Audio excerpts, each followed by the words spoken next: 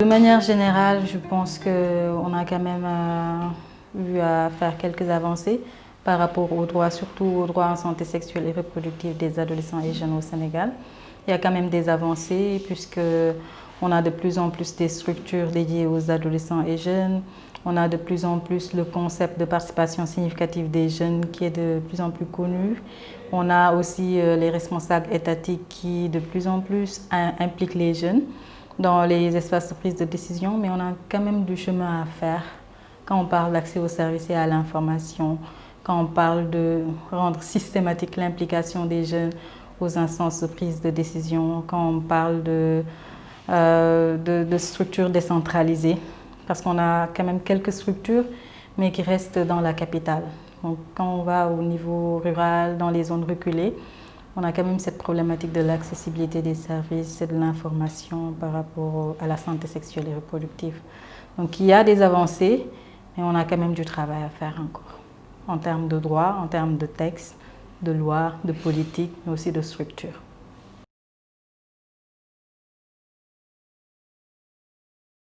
Ce seraient les normes socioculturelles qui sont là, qui sont assez tabous quand on parle de sexualité, mais qui privilégient toujours l'idée que c'est à l'adulte de prendre les décisions, c'est l'adulte qui a les connaissances et que le jeune doit être dans une situation de suiviste.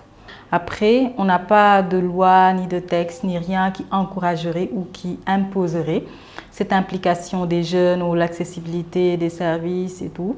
Donc on forme de plus en plus les prestataires par exemple, mais on a quand même des soucis à ce niveau.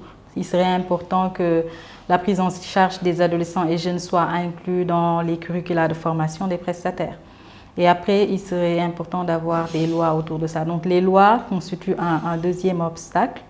Ensuite, on a le fait que les services ne soient pas forcément adaptés aux jeunes, qui constituerait un troisième obstacle.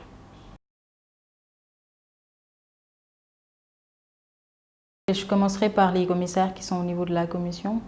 Il faudrait qu'ils vulgarisent l'existence de ces commissions-là, l'existence de ces espaces régionaux, de ces structures, qu'ils les vulgarisent, qu'ils les fassent connaître aux jeunes, qu'ils les fassent connaître aux populations pour que ces derniers puissent les utiliser.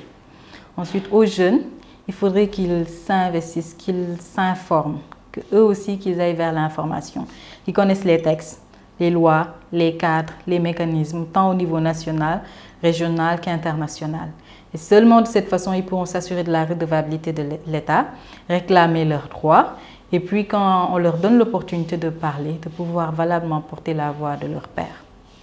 Ensuite, de manière générale, je pense que par rapport à l'État, il serait bien qu'il passe à l'application des lois et qu'il pense à une harmonisation par rapport à la législation nationale. Parce que l'État a ratifié beaucoup de textes au niveau régional et international, mais on a toujours des disparités tant par rapport à l'application au niveau national. Donc il faudrait penser à ça, réfléchir à l'application et penser à rendre beaucoup plus pratique, concrète, l'implication des jeunes dans les instances de prise de décision, ne plus se limiter à juste en parler, faire des discours et juste mettre en place des cadres qui sont légèrement vides. Et par rapport à la société civile, je pense qu'elle gagnerait à être beaucoup plus organisée ensemble pour éviter les duplications dans les interventions, parce que plus on est ensemble, plus on est fort. Donc plus la société civile se mettra ensemble, en coalition, pour travailler ensemble par rapport aux questions de droits humains, plus ils auront des chances d'obtenir des avancées dans ce domaine. Mais tant que les gens travailleront en silo, chacun de son côté, on aura du mal à obtenir des résultats. Et les membres de la société civile devront eux aussi s'informer pour maîtriser les textes, pas comme des juristes, ils ne sont pas des juristes, mais il faut avoir des connaissances de base et connaître ces espaces aussi, parce qu'ils pourraient jouer un rôle dans la vulgarisation de ces espaces régionaux auprès des populations. Mais si les membres de la société civile ne connaissent pas ces espaces non plus, ça va être compliqué pour eux de déjà porter le plaidoyer à ce niveau, mais aussi de passer l'information au niveau national auprès des populations.